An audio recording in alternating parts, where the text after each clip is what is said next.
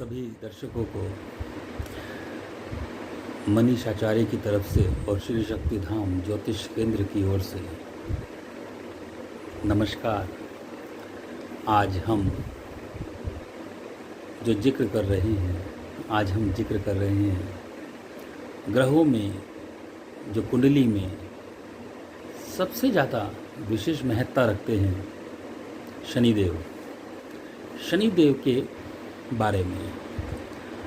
सूर्यपुत्र शनिदेव का हमारे जो द्वादश भाव हैं, उन भावों में कुंडली में, जन्म कुंडली में विशेष स्थान है। शनिदेव राजा से रंक बना देते हैं और रंक से राजा तक बना देते हैं। जब किसी व्यक्ति की ढैया हो, शनि की ढैया हो या शनि की 7.5 हो, तो उस समय व्यक्ति कुंडली के भावों के अनुसार कई बार देखा गया है कि उद्वेलित हो जाता है या बहुत ही शांत हो जाता है।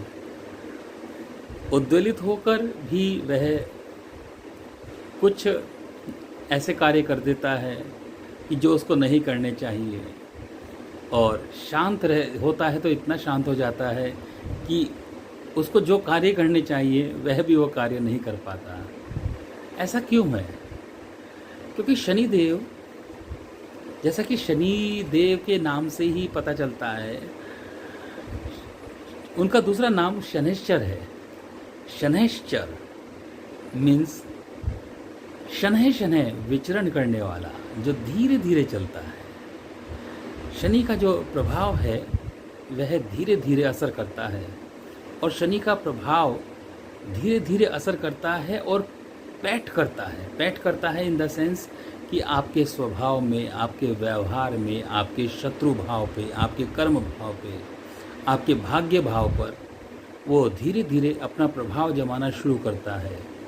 जिस व्यक्ति का शनि उच्च का हो, वह व्यक्ति शनि के प्रभाव से धीरे धीरे वह देखता है कि जो रंक था वह धीरे धीरे इतनी प्रगति कर गया कि वह राजा बन जाता है। और शनि का कुप्रभाव राजा से धीरे धीरे इतना वो डिमोशन होता है उसका, एक तरीके से कहना चाहिए कि वह रंक की ओर चला जाता है। कहा गया है कि ब्रह्मा शक्रो हरिश्चैव ऋषयः सप्तराकः राज्ये भ्रष्टा पन्त्यते त्वया दृष्टयावलोकिताः देशाश्च नगरग्रामः दीपाश्चैव तथा द्रुमाः त्वया विलोकिताः सर्वे विनश्यन्ति समूलतः प्रसादं कुरु हे सौरे वर्धो भव भास्करे। इसका अर्थ है कि ब्रह्मा, इंद्र, विष्णु, सप्त ऋषि, इन सब पर भी आपकी दृष्टि रहती है, शनिदेव की दृष्टि रहती है।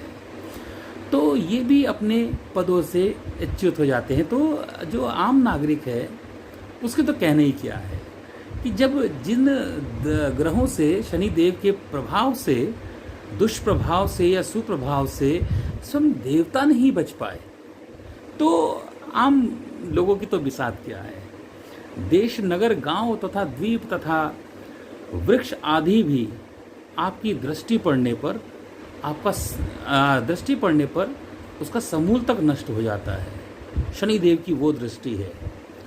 अतः हे सूर्यपुत्र, हमारे ऊपर आप प्रसन्न होइए, अपनी कृपा दृष्टि बनाकर रखिए, हम पर प्रसन्न होइए।